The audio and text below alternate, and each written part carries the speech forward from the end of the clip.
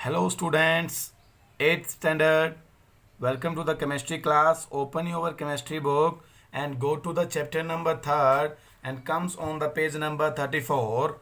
In this lecture we are going to discuss about the separation methods.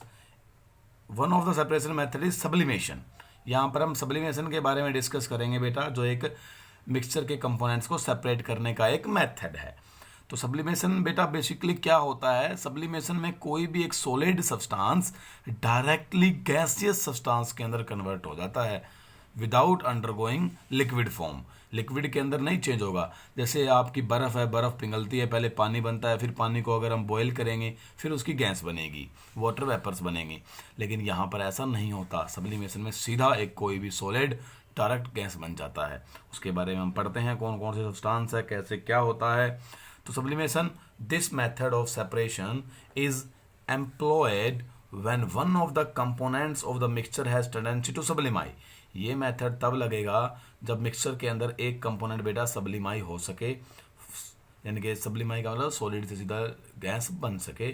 For example a mixture of common salt और ammonium chloride can be separated using this method. यानी कि ammonium chloride और एक common salt जो साधारण नमक होता है हमारा, उसके मिक्सचर को हम अलग कर सकते हैं। अपॉन हीटिंग, हीट करने पर अमोनियम जो क्लोराइड है वो फॉर्म्स वेपर, वेपर बना लेगा और common salt left behind, common salt as it is नीचे की तरफ रहेगा।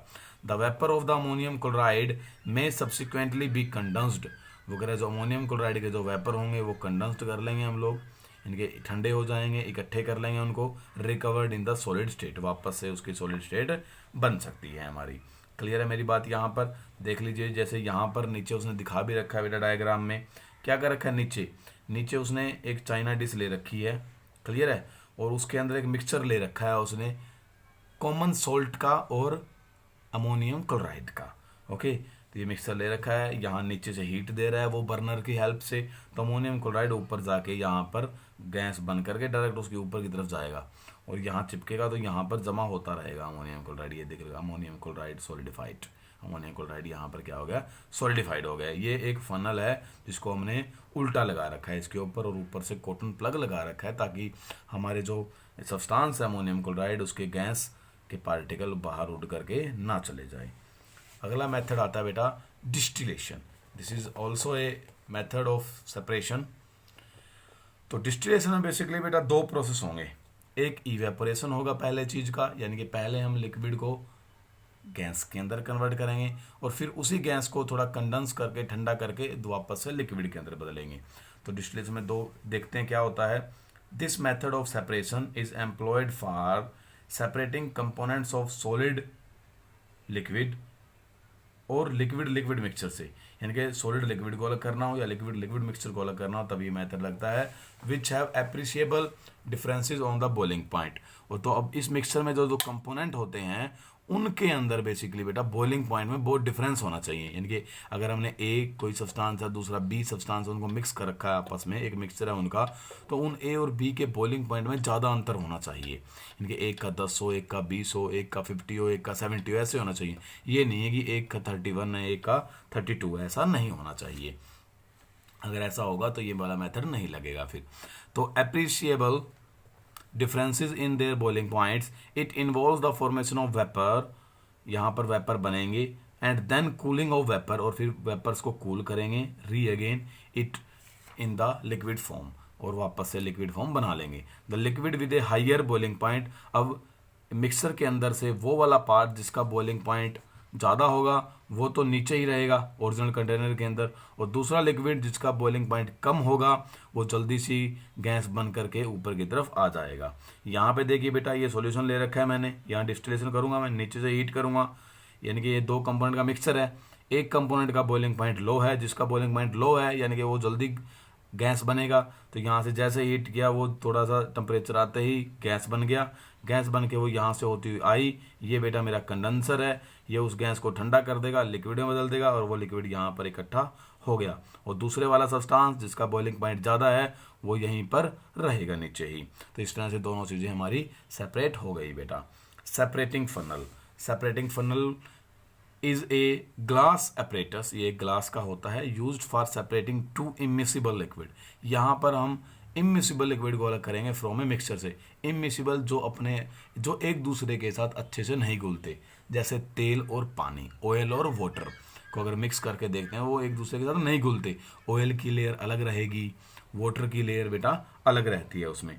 तो a separating funnel is a glass apparatus as these liquids do not mix, ये लिक्विड आपस में मिक्स नहीं होते तो they form two separate layer, दो अलग अलग लेयर बनेगी अपरेटस के अंदर। The layer so differed are usually distinct, layer को आप आसानी से देख सकते हो। यहाँ पर देखिए बेटा, ध्यान से देखिएगा इस सेपरेटिंग फनल को, नीचे की तरफ देखो अलग सॉल्यूशन है, थोड़ा ऊपर अलग सॉल्यूशन है, बीच में एक लेयर भी दिखेगी आपको, ऐसे लग रहा है कि ऊपर अलग चीज़ है नीचे अलग चीज़ है, जो सेम जैसे ऑयल और वाटर के अंदर होता है। तो कह रहा है कि जो हैवी होगा, हैवियर होगा वो नीचे रहेगा, और जो लाइट होगा, हल्का होगा, वो ऊपर रहेगा। तो ये यहाँ पर एक स्टॉप कॉक लगी हुई, एक टूटी लगी हुई है बेटा, उसको मैं ओपन कर दूंगा। इसको जैसे ओपन करूंगा तो नीचे नीचे वाला पदार्थ पहले इकट्ठा हो जाएगा, बीकर ले लूंगा मैं, उस बीकर के अंदर वो पहले इकट्ठा हो जाएगा। फिर जैसे ही मैं यहाँ तक पहुँचेगा ये, मैं इसको बंद कर दूंगा, उस बीकर को अलग जगह रख दूंगा, दूसरा बीकर ले लूँगा खाली, इसके नीचे फिर रखूँगा मैं, और फिर वो नीचे वाला वो जो ऊपर था अब वो यहाँ पर निकाल लूँगा। तो इस तरह दोनों चीज़ें क्या होगी, सेपरेट हो गई बेटा। तो the layer so formed the relatively heavier liquid form the bottom layer, जो हैवी होगा वो बॉटम लेयर यानी कि नीचे की तरफ होगा, और दूसरा क्या होगा, टॉप पर होगा। With the help of a stopcock, ये स्टॉप कॉक का बेटा टूटी लगा लीजिए। Two liquids are separated in the separate beaker, दोनों लिक्विड को हम अलग अलग बीकर में अलग कर सकते हैं यहाँ पर। तो अगला हमारा मेथड आता है क्रोमेटोग्राफी। तो क्रोमेटोग्राफी में जैसे आपको यहाँ दिख रहा है बेटा, क्रोमेटोग्राफी में हम एक स्पेशल पेपर लेते हैं, क्रोमेटोग्राफिक पेपर, जो ये वाइट वाइट कलर का दिख रहा है, क्लियर है। उसके नीचे हम बिल्कुल नीचे थोड़ा सा ऊपर 1 सेंटीमीटर ऊपर हमारे मिक्सचर की ड्रॉप्स लगा लेंगे, 1 या 2 ड्रॉप्स उसके ऊपर लगा लेंगे। फिर उसको एक सॉल्वेंट के अंदर डिप करेंगे, जो कि एक ग्लास के अंदर होगा, एक बीकर के अंदर होगा। फर्दर सॉल्वेंट यानी कि ऐसा पदार्थ जो एक लिक्विड नेचर का होगा बेसिकली, ओके। तो और जिसके अंदर वो मिक्सचर घुल जाए थोड़ा सा, तो वो मैं कह रहा हूँ कि यहाँ पे सॉल्वेंट होगा, और सॉल्वेंट इतना होना चाहिए कि बिल्कुल थोड़ा सा पेपर डिप हो, यानी कि पूरा का पूरा पेपर डिप हो जाए, नीचे से बिल्कुल थोड़ा सा पेपर डिप हो, तो धीरे धीरे पेपर उसको एब्जॉर्व करेगा, और वो होता हुआ वो सॉल्वेंट होता हुआ ऊपर तक जाएगा।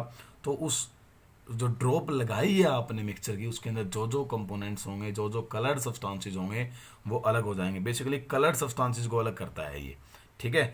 तो एक कलर जैसे रेड वाला यहाँ पर अलग हो गया, येलो वाला यहाँ हो गया, ब्लू वाला बेसिकली यहाँ पर हो गया अलग, तो इस तरह से सभी चीज़ें अलग हो जाएगी। तो this method is used for separating the coloured component को अलग करते हैं बेटा मिक्सचर से, विच हैव सिमिलर प्रॉपर्टी, जिनकी एक जैसी प्रॉपर्टियाँ होंगी, and dissolve in a particular solvent में हम उसको डिजोल्व करेंगे।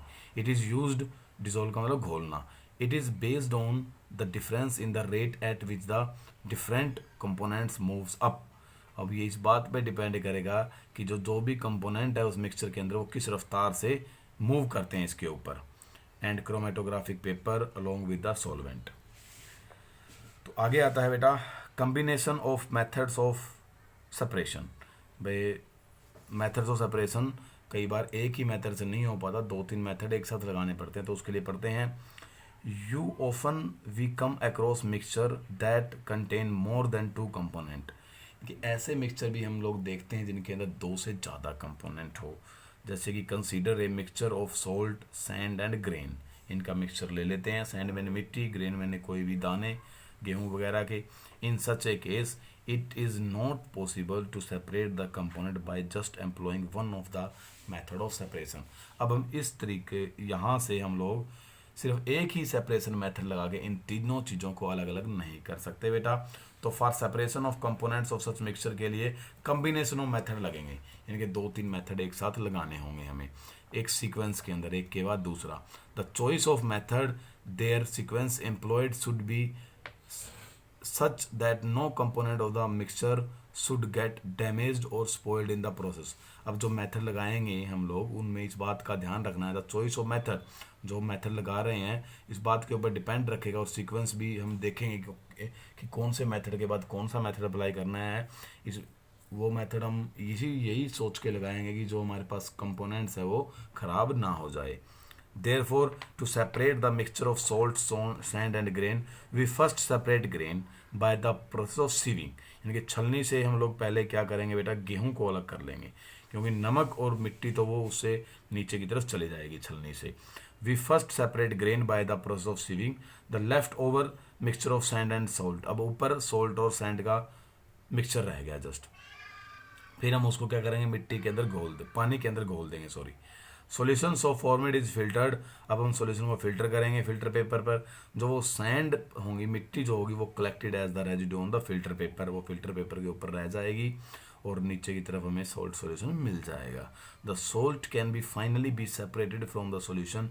अब उस सॉल्ट को जो सॉल्यूशन में आया है उसको हम अलग कर सकते हैं इवेपोरेशन मेथड से, यानी कि उस पानी को गर्म करिए, पानी इवेपोरेट हो जाएगा, भाप बन के उड़ जाएगा और नीचे सॉल्ट रह जाएगा। तो ये था हमारा बेटा चैप्टर नंबर 3 जो कंप्लीट होता है। अब हम नेक्स्ट लेक्चर में पढ़ेंगे इसके क्वेश्चन आंसर्स और बुक वर्क के बारे में।